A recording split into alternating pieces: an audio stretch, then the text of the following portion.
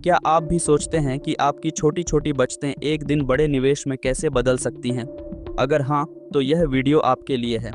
आज हम आपको बताएंगे कि कैसे एसआईपी, सिस्टमैटिक इन्वेस्टमेंट प्लान और लमसम इन्वेस्टमेंट के जरिए आप अपना वित्तीय भविष्य मजबूत बना सकते हैं। लेकिन सवाल ये है, आपके लिए सही तरीका कौन सा है?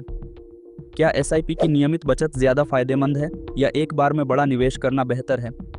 आज इस वीडियो में हम एसआईपी और लमसम के बीच अंतर को समझेंगे, इमरजेंसी फंड और डाइवर्सिफिकेशन के महत्व को जानेंगे, इंडेक्स फंड्स और एनएवी जैसे निवेश के अहम कॉन्सेप्ट्स को आसान भाषा में समझेंगे और सबसे दिलचस्प, हम देखेंगे कि 2025 में एसआईपी और म्यूचुअल फंड्स का भविष्य कैसा होगा।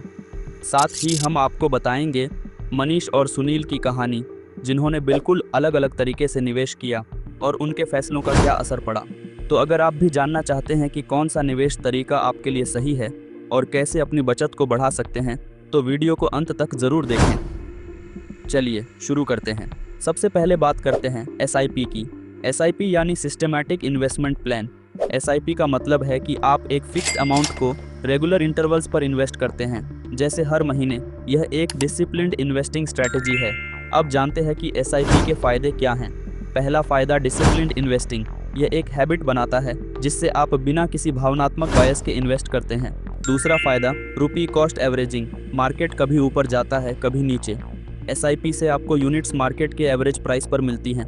तीसरा फ़ायदा, कंपाउंडिंग का पावर। छोटी छोटी अमाउंट्स जब लंबे समय तक इन्वेस्ट की जाती हैं तो वह बड़ी वेल्थ बना सकती हैं। चौथा फ़ायदा, अफोर्डेबिलिटी।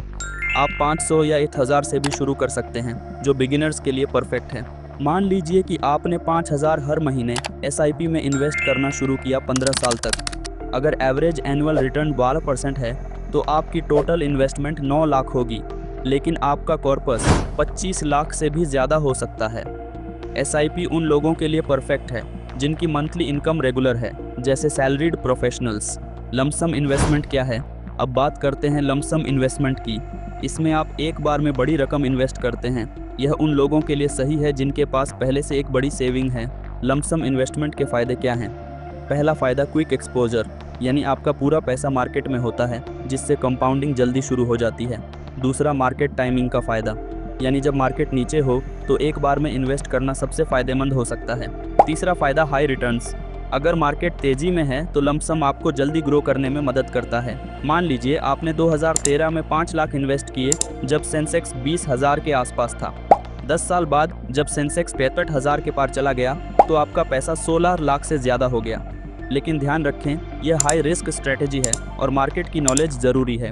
अब सवाल आता है, एसआईपी और लमसम में से कौन सा सही है? तो आपको यह बता दें, इसका जवाब पूरी तरह आपकी फाइनेंशियल स्थिति और मार्केट कंडीशंस पर निर्भर करता है।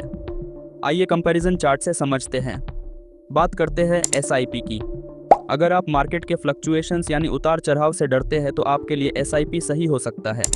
अगर आप चाहते हैं कि हर महीने कुछ अमाउंट इन्वेस्ट करने की, तो एसआईपी के साथ जा सकते हैं। एसआईपी में आपको कम जोखिम देखने को मिलता है। अब बात करते हैं लमसम की। अगर आप हाई रिस्क लेना चाहते हैं तो लमसम आपके लिए अच्छा ऑप्शन हो सकता है। मार्केट टाइमिंग का फ़ायदा उठा सकते हैं, जैसे कि अगर मार्केट काफ़ी गिर चुका है तो आप इसमें इन्वेस्ट करके अच्छा प्रॉफिट कमा सकते हैं। लमसम में आपको ज़्यादा रिटर्न्स पाने का मौका मिलता है। आइए एसआईपी और लमसम को एक कहानी के माध्यम से समझते हैं। 2015 का साल था। मनीष और सुनील, दोनों कॉलेज के अच्छे दोस्त, अपनी अपनी पहली नौकरी में थे। दोनों के पास 5 लाख की बचत थी। अब सवाल था, इसे कैसे निवेश करें? मनीष और सुनील ने निवेश के लिए 2 अलग अलग रास्ते चुने। मनीष ने एसआईपी, सिस्टमैटिक इन्वेस्टमेंट प्लान को अपनाया, जबकि सुनील ने लमसम में निवेश करने का फैसला किया। मनीष ने सोचा, मैं हर महीने थोड़ी थोड़ी रकम निवेश करूंगा, इससे मुझे बाजार की स्थिरता की चिंता नहीं करनी पड़ेगी। मनीष ने 10,000 रुपया हर महीने निवेश करना शुरू किया। मनीष ने कभी भी बाजार के उतार चढ़ाव की परवाह नहीं की, चाहे बाजार गिरा हो या उठा हो। मनीष ने अनुशासन के साथ निवेश जारी रखा। 8 सालों में मनीष ने कुल 9.6 लाख का निवेश किया। एसआईपी ने मनीष को रुपी कॉस्ट एवरेजिंग का लाभ दिया। जब बाजार गिरा, मनीष ने सस्ते दामों पर और अधिक यूनिट्स खरीदी। साथ ही लंबी अवधि में मनीष को कंपाउंडिंग का भी फायदा मिला। 2023 तक मनीष का निवेश 19 लाख तक बढ़ गया। दूसरी ओर सुनील ने सोचा, अगर मैं एक ही बार में 5 लाख निवेश कर दूं तो मुझे तेजी से फायदा मिलेगा। सुनील ने 2015 में एक ही बार में 5 लाख रुपया बाजार में लगा दिए। शुरुआती सालों में बाजार में तेजी थी और सुनील का निवेश अच्छा प्रदर्शन कर रहा था, लेकिन फिर बाजार में गिरावट आई। सुनील का निवेश धीरे धीरे प्रभावित होने लगा। बाजार के उतार चढ़ाव का बड़ा असर उनके रिटर्न पर पड़ा। 2023 तक सुनील का निवेश केवल 12 लाख रुपया तक बढ़ पाया। 8 साल बाद 2023 में मनीष और सुनील ने एक कैफे में मुलाकात की। दोनों अपने अपने निवेश की तुलना कर रहे थे। मनीष ने कहा, मुझे यकीन नहीं हो रहा कि मैंने 9.6 लाख रुपया निवेश किए और यह 19 लाख रुपया तक बढ़ गया। SIP सच में एक बेहतरीन तरीका है। सुनील ने जवाब दिया, मुझे लगा था कि लंपसम तेजी से रिटर्न देगा, लेकिन बाजार की गिरावट ने मेरी उम्मीदों पर पानी फेर दिया। शायद मुझे SIP के बारे में भी सोचना चाहिए था। इस कहानी से आप क्या सीखें? SIP निवेश आपको अनुशासन सिखाता है। यह बाजार की स्थिरता के बावजूद बेहतर रिटर्न देने में सक्षम है। लंपसम निवेश तब फायदेमंद हो सकता है जब आप बाजार की गति को अच्छी तरह से समझते हों और उच्च जोखिम सहन कर सकते हों। मनीष और सुनील की कहानी हमें यह सिखाती है कि निवेश के तरीके आपकी प्राथमिकताओं और जोखिम सहन करने की क्षमता पर निर्भर करते हैं। SIP उन लोगों के लिए सही है जो नियमित और अनुशासित निवेश करना चाहते हैं, जबकि लमसम उनके लिए बेहतर है जो एकमुश्त निवेश करने में विश्वास रखते हैं। अब जानते हैं कि इमरजेंसी फंड क्यों जरूरी है। इन्वेस्टमेंट शुरू करने से पहले इमरजेंसी फंड बनाना इसलिए जरूरी है क्योंकि यह फाइनेंशियल सेफ्टी नेट का काम करता है। अब जानते हैं कि हम इमरजेंसी फंड कैसे बना सकते हैं। सबसे पहले आपको मंथली एक्सपेंसेस का हिसाब लगाना होगा। उसके बाद आपको 6-12 महीने का खर्च को एक अलग अकाउंट में रखना होगा और हर महीने छोटी रकम को इकट्ठा करना होगा। Emergency fund unexpected situations, medical emergencies, job loss या रिपेयर्स जैसे हालात के लिए मददगार साबित होता है। आइए अब जानते हैं इंडेक्स फंड्स और NAV क्या है। इंडेक्स फंड्स म्यूचुअल फंड्स का एक आसान और लो रिस्क ऑप्शन है। यह पूरे मार्केट इंडेक्स जैसे निफ्टी 50 या सेंसेक्स को ट्रैक करता है। NAV यानी नेट एसेट वैल्यू किसी फंड के पर यूनिट की कीमत होती है। अब जानते हैं इंडेक्स फंड्स के फायदों के बारे में। पहला फायदा, लो कॉस्ट, कम लागत। इंडेक्स फंड्स की सबसे बड़ी खूबी है कि यह बहुत कम लागत वाले होते हैं। क्योंकि ये फंड्स केवल मार्केट इंडेक्स को फॉलो करते हैं, इसलिए इनका मैनेजमेंट खर्च भी कम होता है। इसमें कोई फंड मैनेजर सक्रिय रूप से स्टॉक्स का चयन नहीं करता, जिससे मैनेजमेंट फीस भी कम हो जाती है। इस तरह आपके निवेश का बड़ा हिस्सा आपको रिटर्न के रूप में मिलता है, बजाय कि फीस में खर्च होने के। दूसरा फायदा, मार्केट के एवरेज रिटर्न्स के बराबर रिटर्न्स। इंडेक्स फंड्स मार्केट के औसत रिटर्न्स के बराबर रिटर्न देते हैं। ये फंड्स इंडेक्स को ट्रैक करते हैं, यानी अगर इंडेक्स ऊपर जाता है तो आपका फंड भी ऊपर जाएगा, और अगर इंडेक्स नीचे आता है तो आपका फंड भी उसी प्रकार प्रभावित होगा।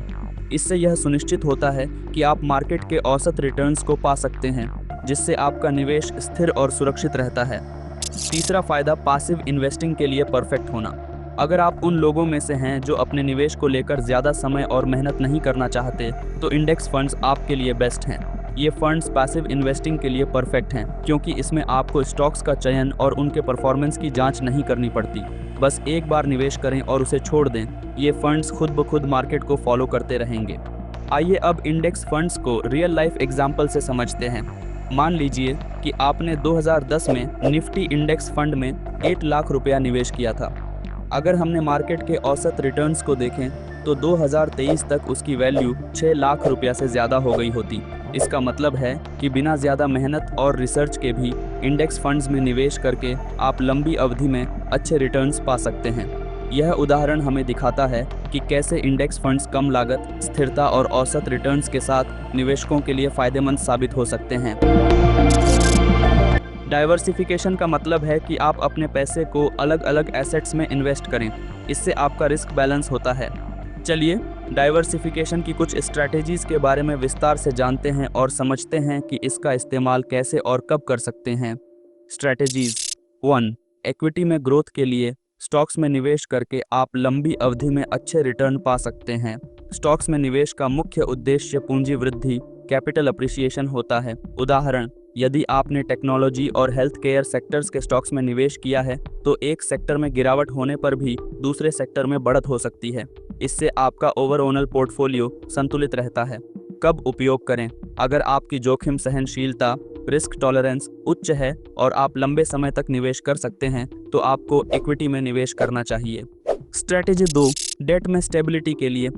बॉन्ड्स और फिक्स्ड डिपॉजिट्स में निवेश करने से स्थिर और सुरक्षित रिटर्न मिलते हैं। ये कम जोखिम वाले निवेश होते हैं और निश्चित ब्याज दर फिक्स्ड इंटरेस्ट रेट पर रिटर्न देते हैं। उदाहरण, सरकारी बॉन्ड्स, कॉरपोरेट बॉन्ड्स और फिक्स्ड डिपॉजिट्स में निवेश करने से आपका पोर्टफोलियो स्थिर और जोखिम रहित रहता है।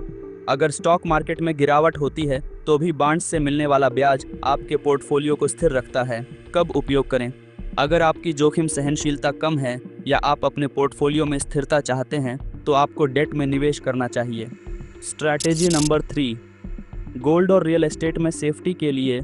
सोना और रियल एस्टेट में निवेश आपको महंगाई से बचाता है। समय के साथ इनकी कीमत बढ़ती है जिससे यह सुरक्षित निवेश होते हैं। अब जानते हैं कि डाइवर्सिफिकेशन का मुख्य उद्देश्य क्या है। आपको बता दें, डाइवर्सिफिकेशन का मुख्य उद्देश्य यह है कि आप अपने निवेश को एक ही जगह पर न लगाएं। इससे अगर एक निवेश में नुकसान होता है तो दूसरे निवेश से उसका संतुलन बना रहता है। आपके मन भी यह सवाल जरूर होंगे कि आखिर 2025 में एसआईपी और म्यूचुअल फंड्स का भविष्य कैसा होगा, क्या इसमें इन्वेस्ट करना ठीक रहेगा या नहीं। तो आइए जानते हैं। 2025 में इंडियन इकोनॉमी की ग्रोथ एसआईपी और म्यूचुअल फंड्स को और मजबूत बनाएगी। बढ़ती मिडिल क्लास, टेक्नोलॉजी एडॉप्शन और गवर्नमेंट रिफॉर्म्स इस सेक्टर को बूस्ट कर रहे हैं। एसआईपी डिसिप्लिन्ड इन्वेस्टर्स के लिए हमेशा एक अच्छा ऑप्शन रहेगा। Mutual funds long term wealth creation के लिए एफिशिएंट और रिलेटिवली सेफ माने जाते हैं। तो दोस्तों, एसआईपी और लमसम दोनों इफेक्टिव स्ट्रेटजीज हैं।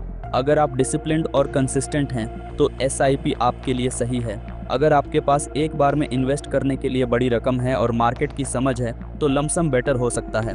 आप कौन सी स्ट्रेटजी चुनेंगे, कमेंट्स में बताएं। अगर वीडियो पसंद आया हो तो लाइक, शेयर और सब्सक्राइब करना न भूलें। अगले वीडियो में मिलते हैं, तब तक स्मार्ट इन्वेस्टिंग करते रहिए।